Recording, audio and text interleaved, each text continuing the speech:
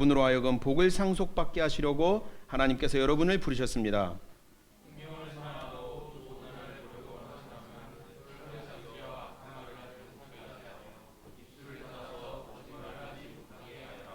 악에서 떠나 선을 행하며 평화를 추구하며 그것을 쫓아라. 주님의 눈은 의인들을 굽어보시고 주님의 귀는 그들의 간구를 들으신다. 그러나 주님은 악을 행하는 자들에게서는 얼굴을 돌리신다. 아멘. 베드로전서는 말씀드렸던 것처럼 신자들에게, 예수를 믿는 사람들에게 닥친 고난, 그 고난 속에서 잘 참고 견디라는 메시지를 주고 있는 책입니다.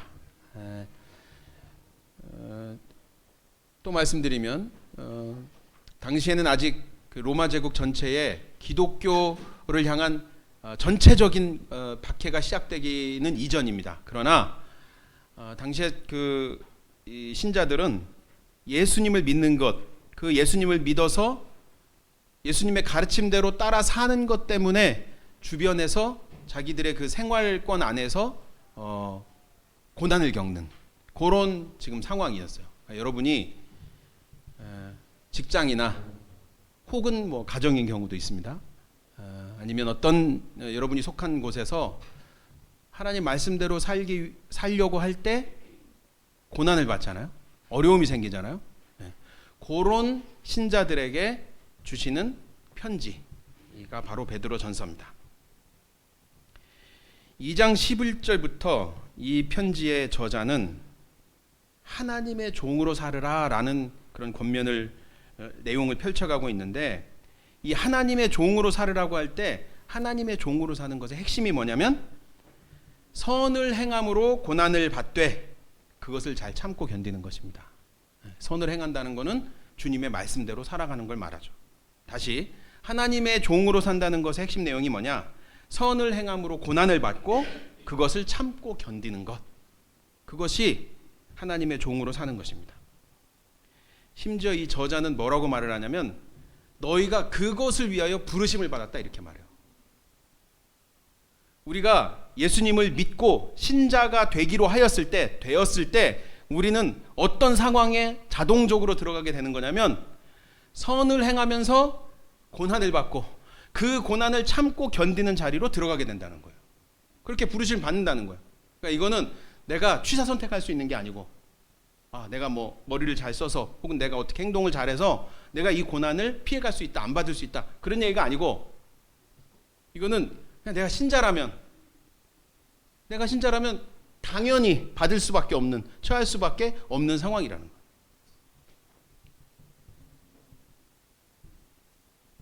전에 제가 공부할 때 저희 학교에 그 원장님이 계셨어요. 그 성서유니온 초대 원장이시던 윤종아 장로님, 윤종아 원장님이라는 분이 계셨는데, 그분이 이제 목회자들이 모여서 이제 공부를 하니까 이제 상담도 하시거든요. 그러면 이제 목회자들이 와서 이런저런 일 때문에 아주 그냥 고생이 많습니다. 그래서 얘기를 들어보면 실제로 굉장히 고생스러운 상황의 얘기를 막 해요. 목사님들이 뭐 교회 뭐 재정 때문에 뭐 교인 누구 때문에 속상하고 자녀가 어떻게 되고 막 이런 얘기를 해요. 그러면 너무 얼굴에 표정 변화 하나 없이 잘 살고 있는데 뭐가 걱정이에요, 그래요. 잘 살고 있는데 뭐가 걱정이에요. 그렇게 고생스럽고 고난스럽게 사는 것이 너무나 당연하고 잘 살고 있다는 거죠. 더 뭐 아무 문제가 없이 너무 잘 살고 있는데 뭐가 걱정이나, 이제 이런 얘기를 아주 습관처럼 하셨던 기억이 나요. 이 베드로전서 저자도 마찬가지고, 그러면서 예수님의 예를 들면서 예수님을 본보기로 제시를 합니다. 예수님 역시 하나님 뜻대로 사신 것 때문에 많은 고난을 받으셨고 그 고난에 악하게 대응하지 않고 하나님께 맡기고 순순히 견디셨다 하는 얘기를 해줘요. 그러면서 왕 아래 사는 백성의 측면에서, 그 다음에 주인들 밑에서 종살이하는 하인, 종의 측면에서 구체적으로 어떻게 하는 것이 그러면 예수님처럼 하나님의 종으로 살아가는 것인가 하는 이야기를 2장 11절부터 쭉 해준단 말이에요. 물론 이것은 당시의 상황에서 교훈을 준 것입니다. 오늘날은 왕이 다스리는 세상이 아니죠.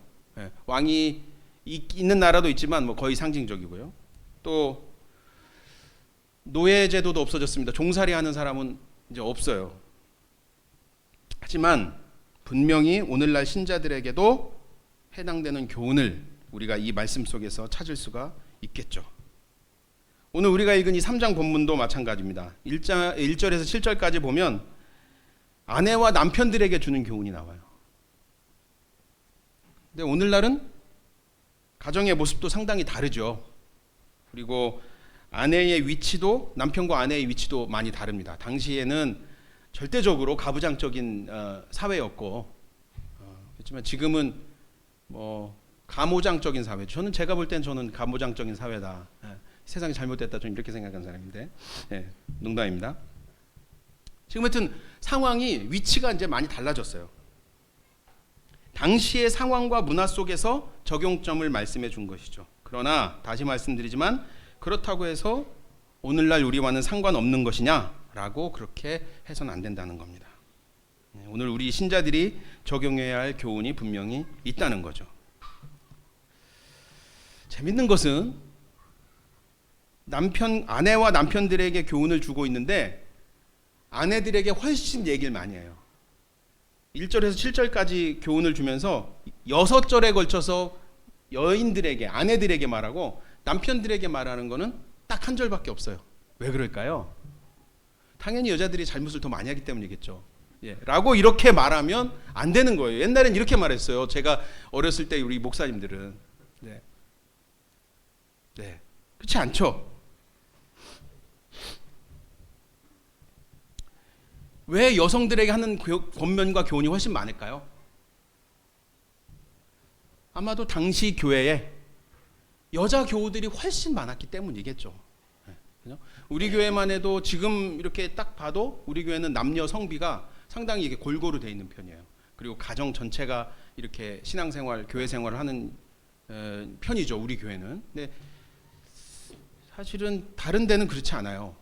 그리고 이렇게 전통적으로 보면 여자분들이 교회 훨씬 많아요. 그렇죠? 남편들은 교회 이제 안 나오고 여자분들만 신앙생활하는 경우가 훨씬 많죠.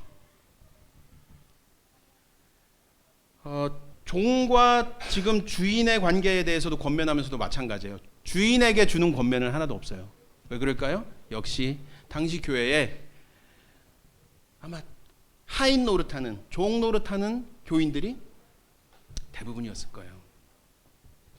근데 뭐 어떻게 보면 너무 자연스러운 상황이죠. 왜요? 예수님의 복음이라고 하는 거는 힘 있는 사람들, 권력 가진 사람들, 재력가들은 받아들일 수가 없죠. 이거를 받아들이면 자기가 가진 거 전부를 다 버려야 되는데 하인이나 힘없는 여성분들이 버리는 게 더 쉽겠어요? 많이 가진 사람들, 많이 힘을 가지고 있는 사람들이 버리는 게 쉽겠어요? 복음은 당연히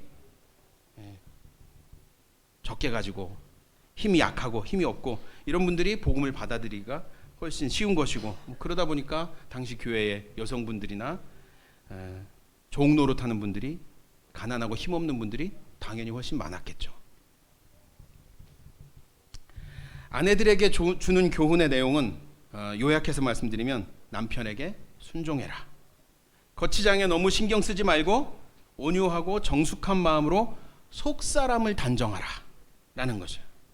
그리고 남편들에게는 아내를 존중해라. 근데 요 권면 바로 뒤에 8절에 가면 결론을 내리면서 뭐라고 말하냐면 이렇게 해요. 여러분은 모두 한 마음을 품으며 서로 동정하며 서로 사랑하며 자비로우며 겸손하십시오. 어느 한쪽이 어느 한쪽에게 일방적으로 복종을 요구하는, 존중을 요구하는 그런 관계가 아니라, 너 왜 나에게 복종 안 해? 너 왜 남편에게 복종 안 해? 너 왜 너 나를 왜 존중해 주지 않아? 왜 아내를 존중해 주지 않아? 이런 관계가 아니라는 거예요. 한 마음으로 서로 복종하고 서로 존중하고 서로 사랑하고 서로 겸손하라는 거예요. 이 아내와 남편에 대한 권면, 그 다음에 종과 하인에 대한 권면은 에베소서에도 나오고 골로새서에도 나와요. 근데 동일하게 에베소서에서도 아내와 남편들에게 권면을 하면서 똑같이 남편에게 복종해라 그래요. 근데 바로 그 앞에 뭐라고 말하면서 시작하냐면, 여러분은 주를 경외함으로 피차 복종하십시오 그래요. 서로 복종하라는 거예요. 그리고 골로새서에서도 그 아내와 남편들에게 교훈을 주면서 앞에 뭐라고 말하냐면 서로 권면하고 서로 가르치라고 그래요. 어느 한쪽이 위에서 내리눌러서 가르치고 권면하고 이렇게 지시하는 게 아니고 서로 권면하고 서로 복종하고 서로 가르침을 받고 그러라는 거예요.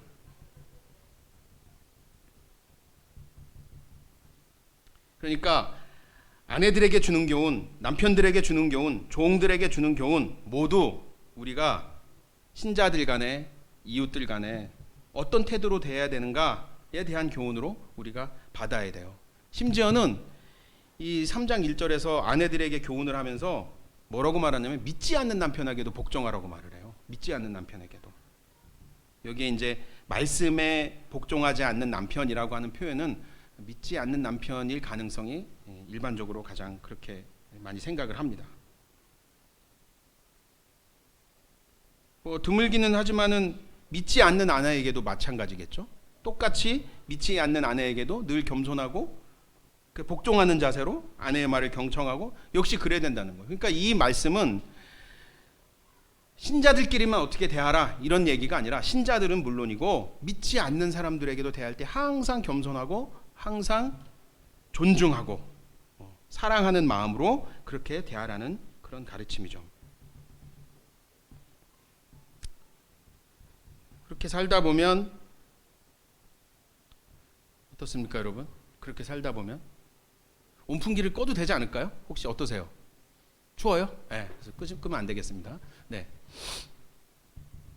이렇게 살다 보면은 어떻습니까? 그 산 그대로 이렇게 돌아오나요? 민대장님 어떤 것 같아요? 아닌 것 같죠.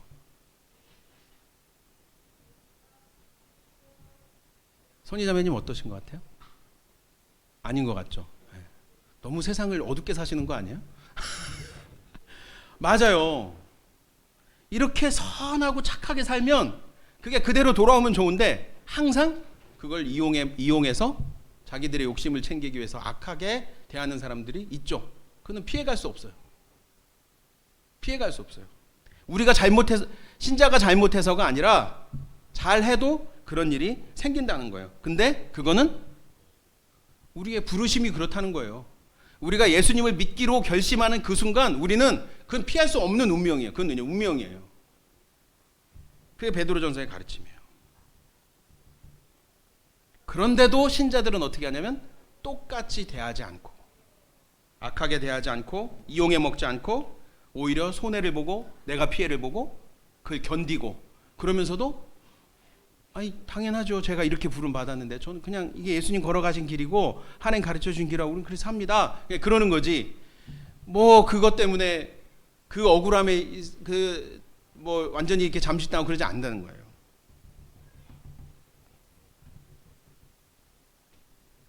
그럼에도 불구하고 선하게 사는 삶을 포기하지 말고 이어나가라. 그게 8절 9절의 내용입니다. 그러면서 이 저자가 시편 말씀을 인용을 해요. 그게 10절, 11절, 12절인데 이게 좀 재밌습니다. 일단 10절, 11절, 12절을 같이 한 목소리로 읽을 때 여러분이 읽으면서 조르마 물러가라 이런 마음으로 한번 크게 10절, 11절, 12절 같이 읽겠습니다. 시작.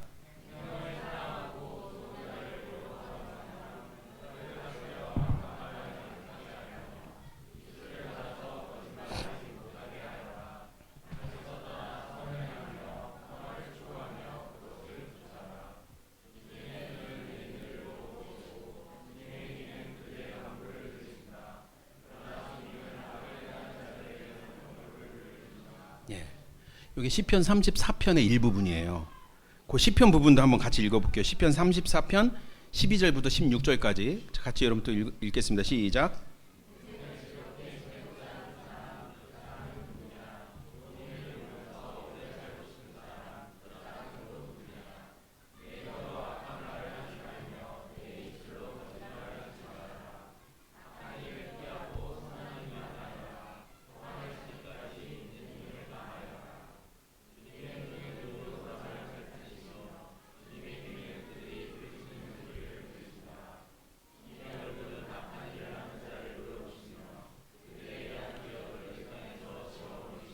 네. 여러분 어떻게 주의 깊게 읽으셨는지 모르겠는데 내용은 똑같아요. 거의 내용 그대로 인용을 했습니다. 근데 제가 이 베드로전서에서 지금 시편 34편을 인용한 것이 제가 재밌는 거라고 제가 말씀을 드렸어요. 표현을 그렇게 했어요. 왜냐하면 이 시편 34편에는 제목이 하나 붙어 있어요. 제가 붙인 게 아니고 실제로 성경에 붙어 있어요. 거기에 뭐라고 붙어 있냐면 이렇게 돼 있습니다. 아비멜렉 앞에서 미친 채 하다가 쫓겨나서 지은 다윗의 시라고 돼 있어요. 다시요. 아비멜렉 앞에서 미친 채 하다가 쫓겨나서 지은 다윗의 시. 아비멜렉 앞에서 미친 채 하다가 쫓겨난 이야기에 대해서 혹시 아세요? 여러분? 사무엘상에 보면 이 이야기가 나와요. 다윗이 사울에게 미움을 받았습니다. 왜요? 사울은 이제 그 이스라엘 안에서 지지율이 급락했어요. 떨어졌어요. 백성들의 인기가 전 같지 않아요. 거기다가 이 전쟁도 제대로 못하고 하니까 백성들이 사울을 별로 지지하지 않았습니다. 또 이 사울에게 맡겨졌던 하나님의 신탁, 예언자를 통해서 맡겨졌던 신탁, 이스라엘을 다스리라는 왕으로 세운다는 그 하나님의 신탁이 아말렉과의 전쟁 때 그냥 말하자면 무효가 돼 버렸어요. 그죠? 사무엘이 하나님께서 당신 버리셨다. 다른 사람 왕으로 세울 거다. 그렇게 해 버렸어요. 그러니까 사울의 속내가 굉장히 복잡해진 겁니다. 백성의 지지율도 떨어지지, 예언자, 하나님의 지지도 이제는 받을 수가 없는 거예요. 그러니까 이제 복잡한 상황 속에서 누가 나타나요? 혜성같이 다윗이 등장하죠. 그래서 다윗이 이 블레셋과의 그 절체절명의 그 전쟁의 위기 속에서 다윗이 나타나서 이스라엘을 위기에서 구해냅니다. 그래서 그때 다윗의 지지율이 이스라엘에서 엄청나게 올라가잖아요. 그래서 뭐 신당을 창당한 해 만에 그러고 있었단 말이에요. 다윗이 그때 생겨난 노래가 있잖아요. 다윗은 만만히요 사울은 천천히라. 그러면서 백성들이 다윗을 막 재미없어요? 난 재밌는데 백성들이 이 사이에서 이 다윗에 대한 이 지지율이 이렇게 올라가는 거예요. 사울이 복잡하게 막 혼자 생각 속에 이 불안하고 그런 속에 빠져 있다가 어떻게 하냐면 다윗을 죽이려고 합니다. 다윗을 향해서 창을 2번이나 던졌어요. 그때마다 다윗이 이 사울의 자식들인 요나단과 미갈의 도움으로 다윗이 도망가죠. 사울의 손아귀에서 벗어나서 어디로 가냐면 놉당에 갔다가 놉당에서 제사장에게 자기가 죽인 그 골리앗의 칼을 거기서 그 전리품으로 그 제단에다 놨던 그 칼을 다윗이 받아요. 그걸 받고 어디로 가냐? 블레셋의 가드 땅으로 도망을 간단 말이에요. 아마도 정치적인 망명이었던 것 같아요. 골리앗의 칼까지 챙긴 거 보면 그때 이제 블레셋의 가드로 가는데 그 가드가 바로 골리앗의 고향이잖아요. 골리앗이 가드 사람이었죠. 그때 왕이 누구냐면 아기스라는 왕이었어요. 우리 시편에 아비멜렉에게 가서 미친 채 하다가라고 한 것은 이 아비멜렉은 어떤 왕의 이름이 아니라 아마 당시에 그 지역의 왕들을 칭하는 어떤 호칭이었던 것 같아요. 학자들의 얘기가.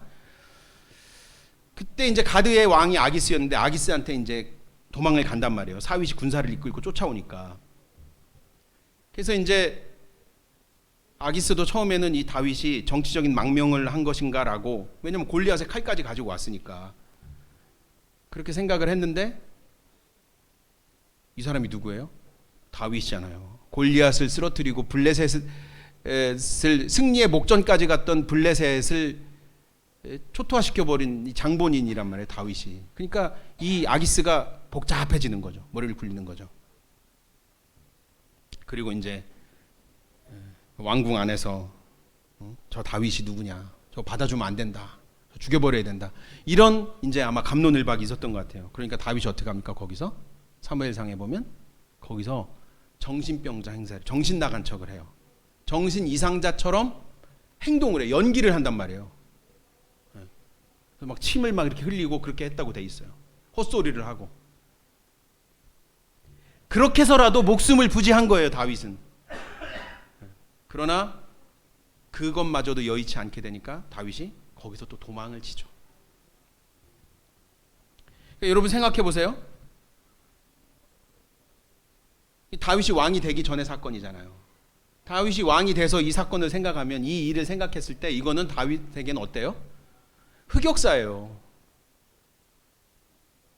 하나님께서 이스라엘을 왕으로 세운 사람이, 신탁을 받은 사람이 사울에게 쫓겨서 목숨을 부지하려고 블레셋 땅에, 이방인 땅에 가가지고 거기 왕 앞에서 자기가 막 정신 나간 척 연기를 했어요. 여러분 왕이 되고 나서 그거 생각하고 싶겠어요?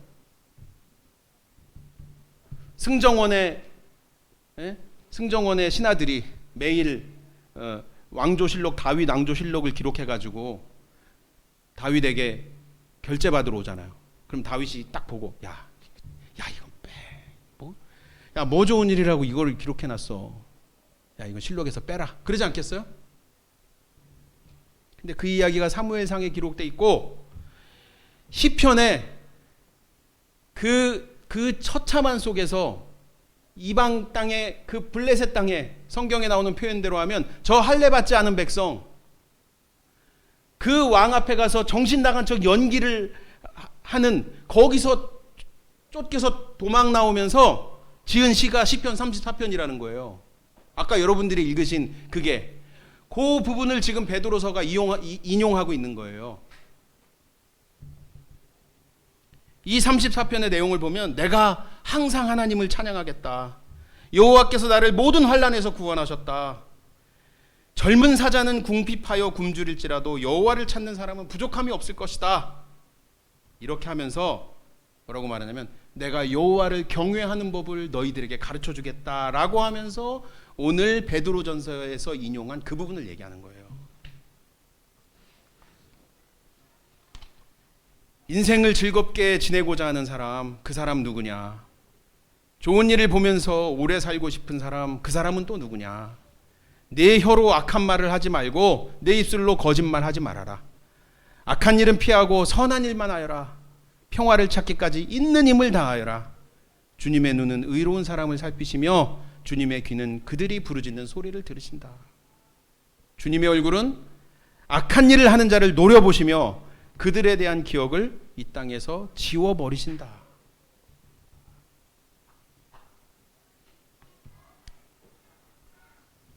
이런 얘기를 어떤 상황에서 했다고요? 블레셋 왕 아기스 앞에서 미친 채 하고 연기하다가 거기서도 위험하게 되니까 목숨 부지하려고 도망치고 나서 지은 시라고요. 이게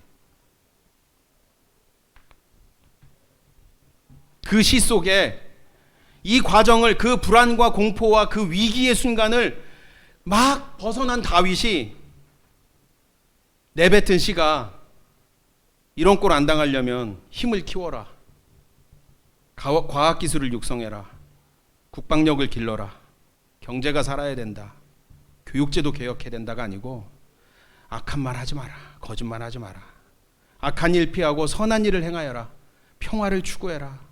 그러면 주님께서 너희를 돌보시고 너희의 간구를 들으실 것이다. 이런 걸 노래로 만들어서 부르게 했다는 거예요.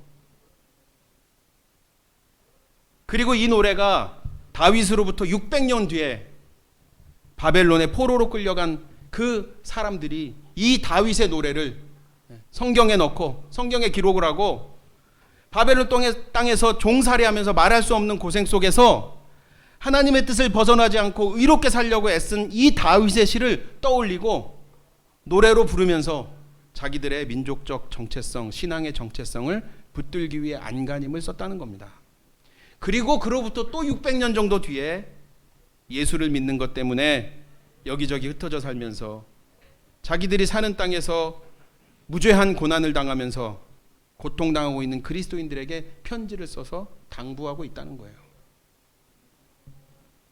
선을 행하다가 고난을 당하면서 참으면 그것은 하나님 보시기에 아름다운 일입니다. 그렇게 기록을 했어요. 이것을 위하여 여러분은 부르심을 받았습니다. 악한 말, 거짓말하지 마십시오. 악에서 떠나 선을 행하고 평화를 추구하며 사십시오. 주님께서 의인의 간구를 들어주십니다.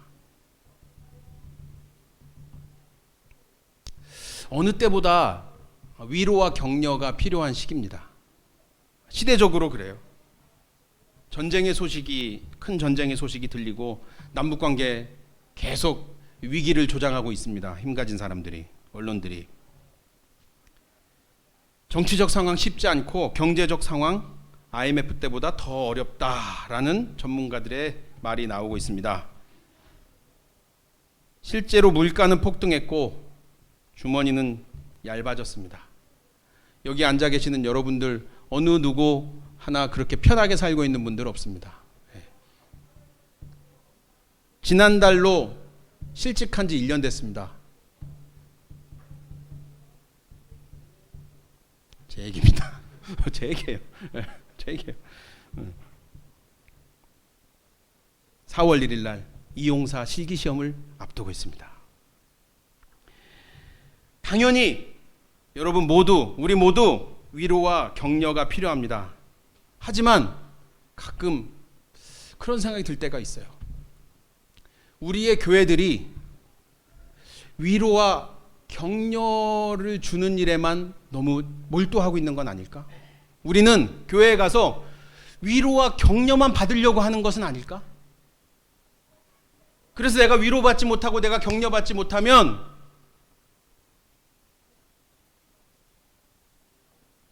그냥 교회 잘못 온 것 같고 그냥 절망스럽고 우리 너무 여기에 익숙해져 가는 거 아닌가? 당연히 위로와 격려가 있어야죠.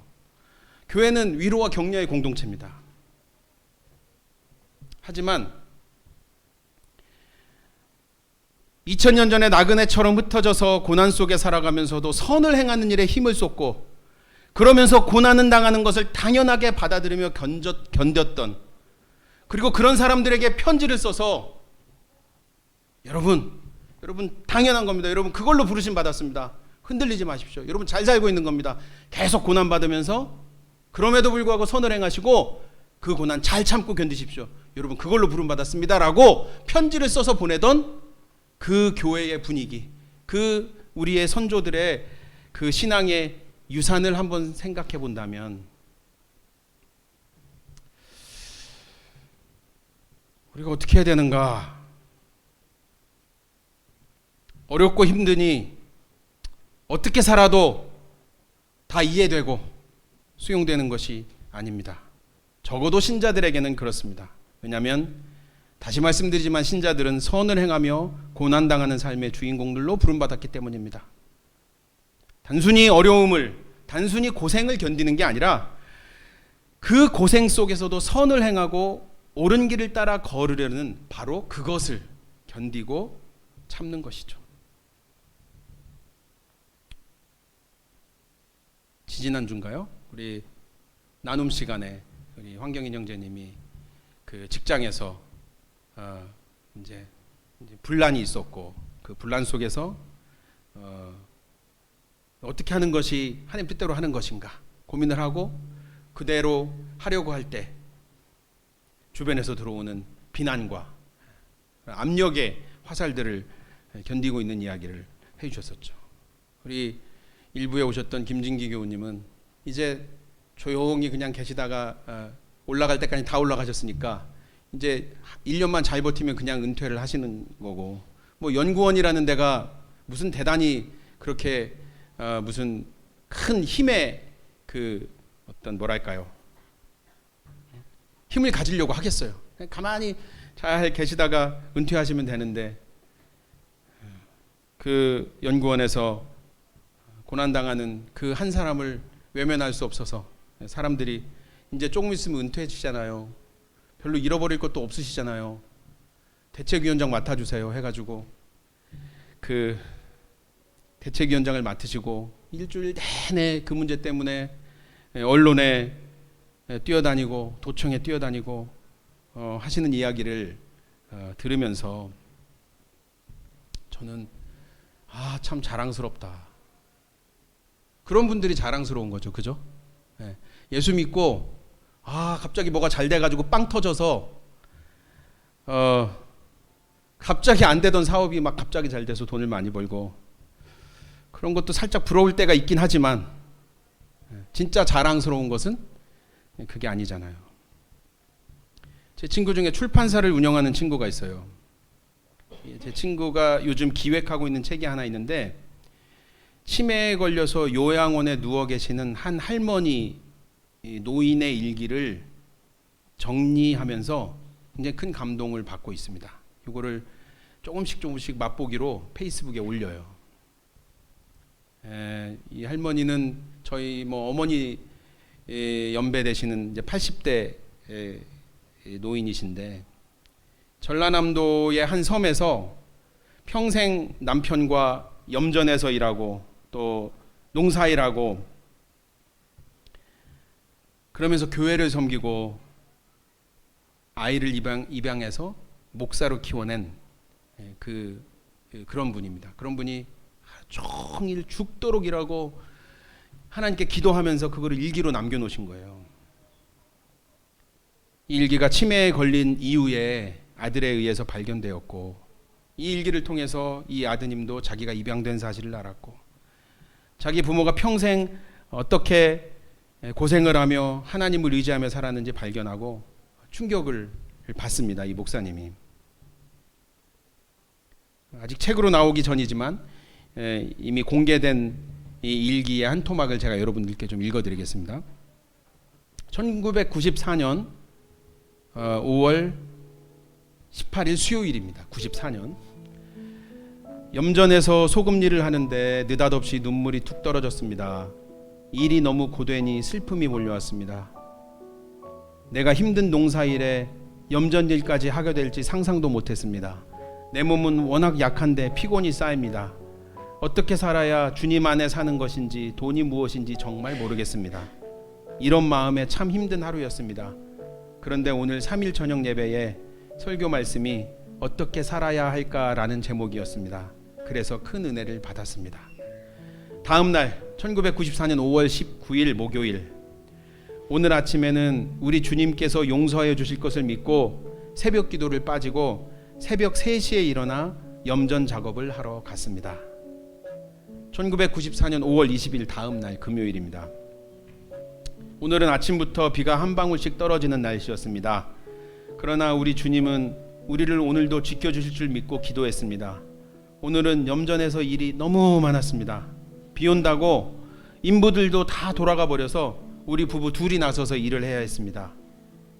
인부들과 속을 썩이는 것보다 일은 힘들어도 속은 편한 것이 나으리라 믿고 하나님과 동행하고 기도 열심히 하면 올해도 잘 지내리라 믿습니다. 오늘은 염전에서 소금이 80가마니가 나왔습니다. 그런데 우리 부부가 둘이서 이 모든 일을 했습니다. 일을 마치고 피곤했지만 교회로 가서 기도하고 왔습니다.